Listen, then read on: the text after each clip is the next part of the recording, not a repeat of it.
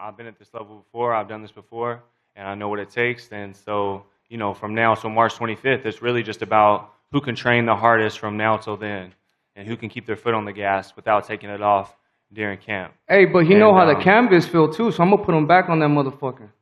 What'd you say? Oh, so you don't know how the canvas feels? You ain't been laid out before. Canvas. The canvas. Now you don't fucking understand or what? I mean, I don't know. I can't understand what you're saying. The canvas. The floor. What about it? You're gonna be laying down. Okay. You've been on the fucking floor already, so I'm gonna put you back and you've been on the canvas too. You got dropped by Ronald Graville. I didn't get fucking put to sleep like you. Well, the cat's out the bag. Caleb Plant and David Benavidez do not like each other, and the press conference was heated. What up, Fight World? It's your boy Ego, and I'm back with some more boxing. So they did the press conference for David Benavidez and Caleb Plant, March 25th, my birthday. Shout out to all the Aries. And let's say everything I thought it was going to be, it delivered. The two, simply put, do not like each other. Lots of cussing, lots of bad blood, and lots of animosity. Now, you don't always get this. I mean, occasionally you do, like Gervonta Davis and Rolly and Oscar De La Hoya back in the day with Fernando Vargas, where you got two guys who it seems like it's more than a competition. They really don't even like each other. And Caleb Plant talked about this. He says that comments were made about his children and family and things like that. And that's when it became more than just kind of a competition. Both guys are, another good thing about this fight is on top of it, the optics and it looking good on paper, and two of the best in the 168-pound category. You look at this fight, in this particular fight, I think the styles will gel well, and the bad blood just enhances it, because this is really a fight where neither guy is going to want to lose. And I know that seems like common sense. Nobody in boxing wants to necessarily lose, even a journeyman. But at the end of the day, I think more than just a competition, things are heightened in situations like this where the two have this disdain and this bad blood and venom and vitriol towards each other, to the point where you got to see it because it's going to be combustible. And it just raises the price. It raises the stakes. The stakes are high like Ruth's Chris. So I'm looking forward to this particular fight. Benavidez had plenty to say. There were moments where he got a little bit agitated and tried to get up. Caleb Plant talked about that on his social media, says he got up just to sit back down. Now, I will say this. I'll give you guys a fair assessment. I don't really even know who. I've interviewed both guys. I don't know who wins this particular fight because I could make a strong argument for both, and that's just being honest. But people sleep on experience, and I would say Caleb Plant's experience, having at least the big fight with Canelo Alvarez. Hey, get the payday. You want payday? I know that, right? He had that big fight. No one can, win, lose, or draw.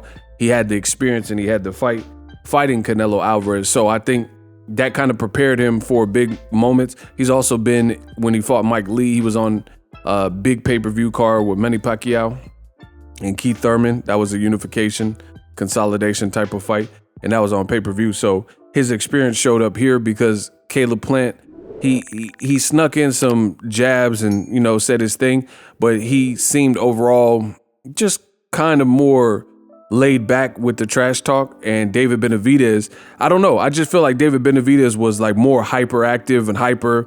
And like he literally said that in the press conference. He says, I'm so hyped for this. I've never trained like this. David, his energy was like, he really doesn't like this guy. And it showed.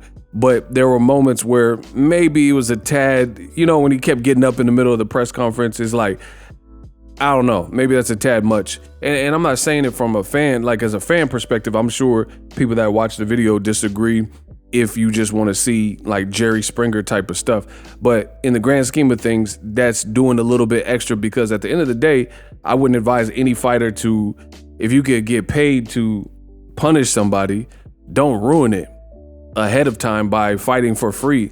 I mean, that just why even be a pro boxer if you want to just fight for free? You might as well just get in a bunch of street fights. So make it make sense.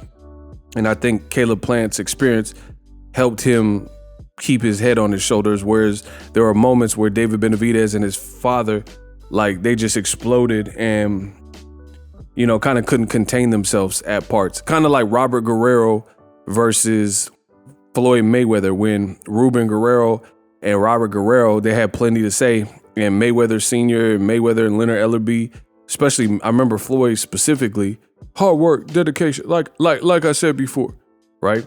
He was sipping a coffee, and then Ruben Guerrero's like, I am ready. My son Robert is ready. You guys like this guy, Mayweather? He beat up his wife, and he's like screaming. He beat up his wife, and things like that. And Floyd's just smirking, cool, calm, collect. So in the same vein, Caleb Plant kind of played that role in the press conference. He said some things, but he gave some props to David Benavidez, and he didn't lose himself on the mic or anything like that.